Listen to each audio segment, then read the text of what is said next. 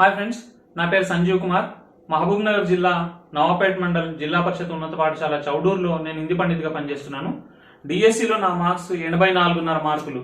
ఇదిగోండి, ఇది DO office వాళ్ళు తయారు చేసినటువంటి సీనియారిటీ లిస్ట్ నా అపాయింట్మెంట్ అప్పుడు. నా మార్కులు 84.5. నేను పెట్టుకున్నటువంటి ఫస్ట్ ఆప్షన్ ఏమో మహబూబ్ నగర్. నాకన్నా తక్కువ మార్కులు 76 మార్కులు వచ్చినటువంటి వాళ్ళు పెట్టుకున్నటువంటి ఫస్ట్ ఆప్షన్ మహబూబ్ నగర్ ఇచ్చిండ్రు. కానీ నన్ను మాత్రం ఈ డిఎస్సి మార్కులు సీనియారిటీ లిస్టులో యాడ్ చేయకుండా సీరియల్ నంబర్ సీనియారిటీ లిస్టులో ఎక్కడో కింద పెట్టేసి నన్ను నారాయణపేటకు బదిలీపైన పంపించడం జరిగింది. ఈ విషయాన్ని పురస్కరించుకొని నాకు అన్యాయం జరిగింది మేడం అని చెప్పి డిఓ మేడంకు, కలెక్టర్ గారికి చాలా వినతి పత్రాలు ఇచ్చాను. మళ్ళీ కలిసి నా యొక్క బాధను చెప్పే ప్రయత్నం చేసినా కూడా వాళ్ళు పట్టించుకుంటలేరు. చివరిగా ఎవరికి చెప్పుకోవాలో తెలియక అప్లికేషన్ రాసుకొని మన తెలంగాణ మంత్రివర్యులు శ్రీనివాస్ గౌడ్ గారి దగ్గరికి వెళ్ళేసి నా బాధను వాళ్ళకి చెప్పుకుంటే మంత్రి గారు ఈ అప్లికేషన్ పైన సంతకం వేసి కలెక్టర్ గారిని ఇది ఇంపార్టెంట్ ఫైల్ ఇమీడియట్ గా రెక్టిఫై చేసి నాకు న్యాయం చేయండి అని చెప్పి సంతకం చేసి ఇవ్వడం జరిగింది. ఈ కాపీ నేను తీసుకెళ్లి డైరెక్ట్ గా కలెక్టర్ గారికి అందజేయడం జరిగింది. కానీ ఓ 4 రోజుల తర్వాత నాకు అపరిచితమైనటువంటి వ్యక్తి ఫోన్ చేసి, అయ్యా ఇందులో నీ ఫోన్ నంబర్ ఉంది, నీ పేరు సంజీవ్ కుమార్ అని అడిగిండు. నేను డిఓ ఆఫీస్ నుంచి మాట్లాడుతున్నట్టే అవును అని చెప్పిన.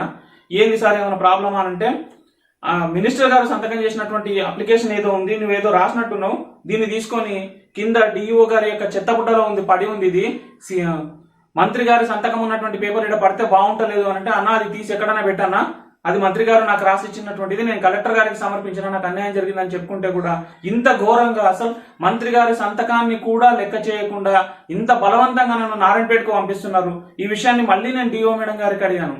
అయ్యా మేము గ్రివెన్స్ పెడుతున్నాం, ఆ గ్రివెన్స్ లో నీకు మార్కులు కలవలేదని చెప్పి ఒక అప్లికేషన్ నువ్వు పెట్టుకో, దానికి సంబంధించి మేము న్యాయం చేస్తామని చెప్పి కలెక్టర్ గారు కూడా హామీ ఇవ్వడం జరిగింది.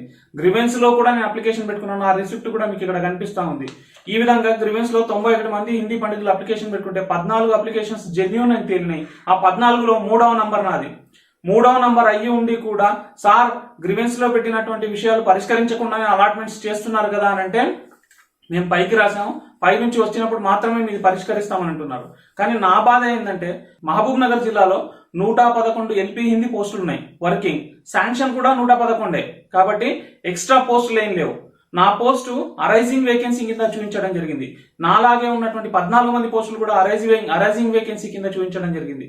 మేము వేరే జిల్లాలకు పోయి అక్కడికి పోయి రిపోర్ట్ చేసిన తర్వాత ఈ జిల్లాలకు వేరే వాళ్ళు వచ్చి జాయిన్ అయితే మా పోస్టులు ఇక్కడ ఉండడం జరగదు. మేము మళ్ళీ ఈ జిల్లాకు రావడం అనేది జీవితకాలంలో జరగదు. జరుగుతున్నటువంటి అన్యాయాన్ని కలెక్టర్ గారి దృష్టికి తీసుకెళ్ళినా పట్టించుకోరు. డిఓ గారు మేడం మీ నుంచే తప్పు జరిగింది, రెక్టిఫై చేసి మాకు న్యాయం చేయండి అంటే ఆమె అస్సలు పట్టించుకోవట్లేదు. మంత్రి గారి సంతకాన్ని కూడా విలువ లేకుండా చేస్తున్నటువంటి ప్రజాస్వామ్యంలో ఎవరికి చెప్పుకోవాలో తెలియక ఏం చేయాలో దిక్కు తోచని పరిస్థితుల్లో మీ అందరితో నా బాధను షేర్ చేసుకుంటున్నాను. ఈ విషయాన్ని దయచేసి మీరు అందరూ వీలైనంత ఎక్కువగా షేర్ చేయండి. సీఎం గారికి, సిఎస్ గారికి చేరేటట్టు షేర్ చేయండి.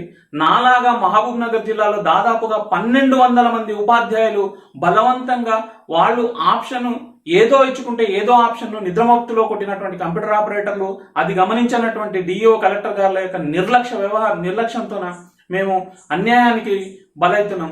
దయచేసి మాలాంటి వాళ్లకు న్యాయం జరిగే వరకు ఈ వీడియోను షేర్ చేయాలని చెప్పి అందరితో కోరుతున్నాను.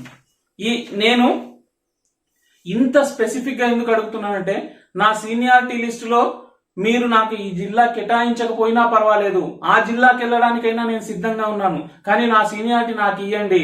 అక్కడ కూడా ఈ సీనియారిటీ అక్కడ ఇస్తే కనీసం నా నంబరు 1వ నంబరు 2వ స్థానంలోనూ ఉంటది అని చెప్పి డిఓ మేడం గారికి చాలా సవినయంగా అడిగినా కూడా అసలు ఆ సీనియారిటీ గురించి మాట్లాడదు.